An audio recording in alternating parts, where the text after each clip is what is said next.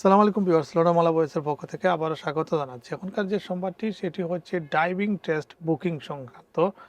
আজ থেকে নতুন পদ্ধতিতে ড্রাইভিং টেস্ট বুকিং শুরু হয়েছে। অর্থাৎ আগে ড্রাইভিং ইন্সট্রাক্টররা এই বুকিং দিতে পারতেন। এখন থেকে যে ড্রাইভিং টেস্ট দিবেন তিনি ড্রাইভিং টেস্টের জন্য বুকিং করতে পারবেন। তবে ইন্সট্রাক্টরেরও সহযোগিতা নিতে হবে।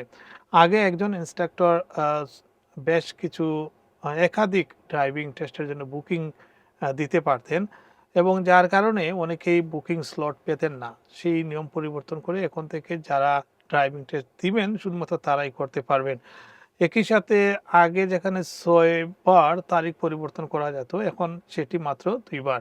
২ বারের বেশি হলে আবার নতুন করে পরিবর্তন করতে হবে।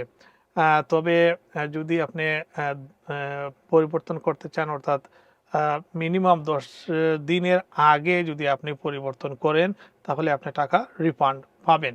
সো সেই নিউজটি কি আপনাদেরকে একটু বিবিসির আলোকে পড়ে শোনাবো। সেখানে বিবিসির একটি অনুসন্ধানে বলা হয়েছিল যে আগে কিছু ইন্সট্রাক্টরদেরকে মাসে ২৫০ পাউন্ড কমিশনের প্রস্তাব দেওয়া হয়েছিল যাতে তারা অফিসিয়ালি বুকিং লগিং তথ্য দালালদের কাছে বিক্রি করতে পারেন। পরে সেই দালালরা বিপুল সংখ্যক টেস্ট স্লট ব্লক করে হোয়াটসঅ্যাপ এবং ফেসবুকে শিক্ষার্থীদের কাছ থেকে ৫০০ পাউন্ড পর্যন্ত তারা দামে বিক্রি করত।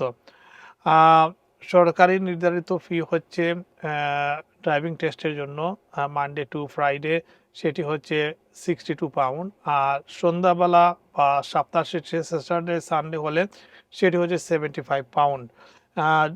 ডিবিএসএ জানিয়েছে যে পরীক্ষার জন্য প্রস্তুত কিনা তা আগে ইন্সট্রাক্টরের সঙ্গে নিশ্চিত করতে হবে। এরপর ইন্সট্রাক্টরের রেফারেন্স নাম্বার দিয়ে বুকিং করতে হবে এবং যাতে পরীক্ষার দিনে তিনি উপস্থিত থাকতে পারেন। টেস্ট স্লট কতবার পরিবর্তন করা যাবে সেটাতে বলা হয়েছে ৩১ মার্চ থেকে নতুন নিয়ম অনুযায়ী একটি বুক করা টেস্ট স্লট সর্বোচ্চ ২ বার পরিবর্তন করা যাবে। এর আগে ৬ বার পর্যন্ত করা যেত। যে কোনো পরিবর্তনে চেঞ্জ হিসেবে গণ্য হবে, অর্থাৎ তারিখ বা সময়, টেস্ট সেন্টারের পরিবর্তন, অন্য শিক্ষার্থীর সঙ্গে স্লট অদল বদল। তবে একই সঙ্গে একাধিক বিষয়ে পরিবর্তন করলে সেটি একবার পরিবর্তন হিসেবেই ধরা হবে। ২ বারের বেশি পরিবর্তন করতে চাইলে টেস্ট বাতিল করে নতুন করে বুক করতে হবে। কমপক্ষে ১০ কর্মদিবসের আগে বাতিল করলে সেই অর্থ ফেরত পাওয়া যাবে।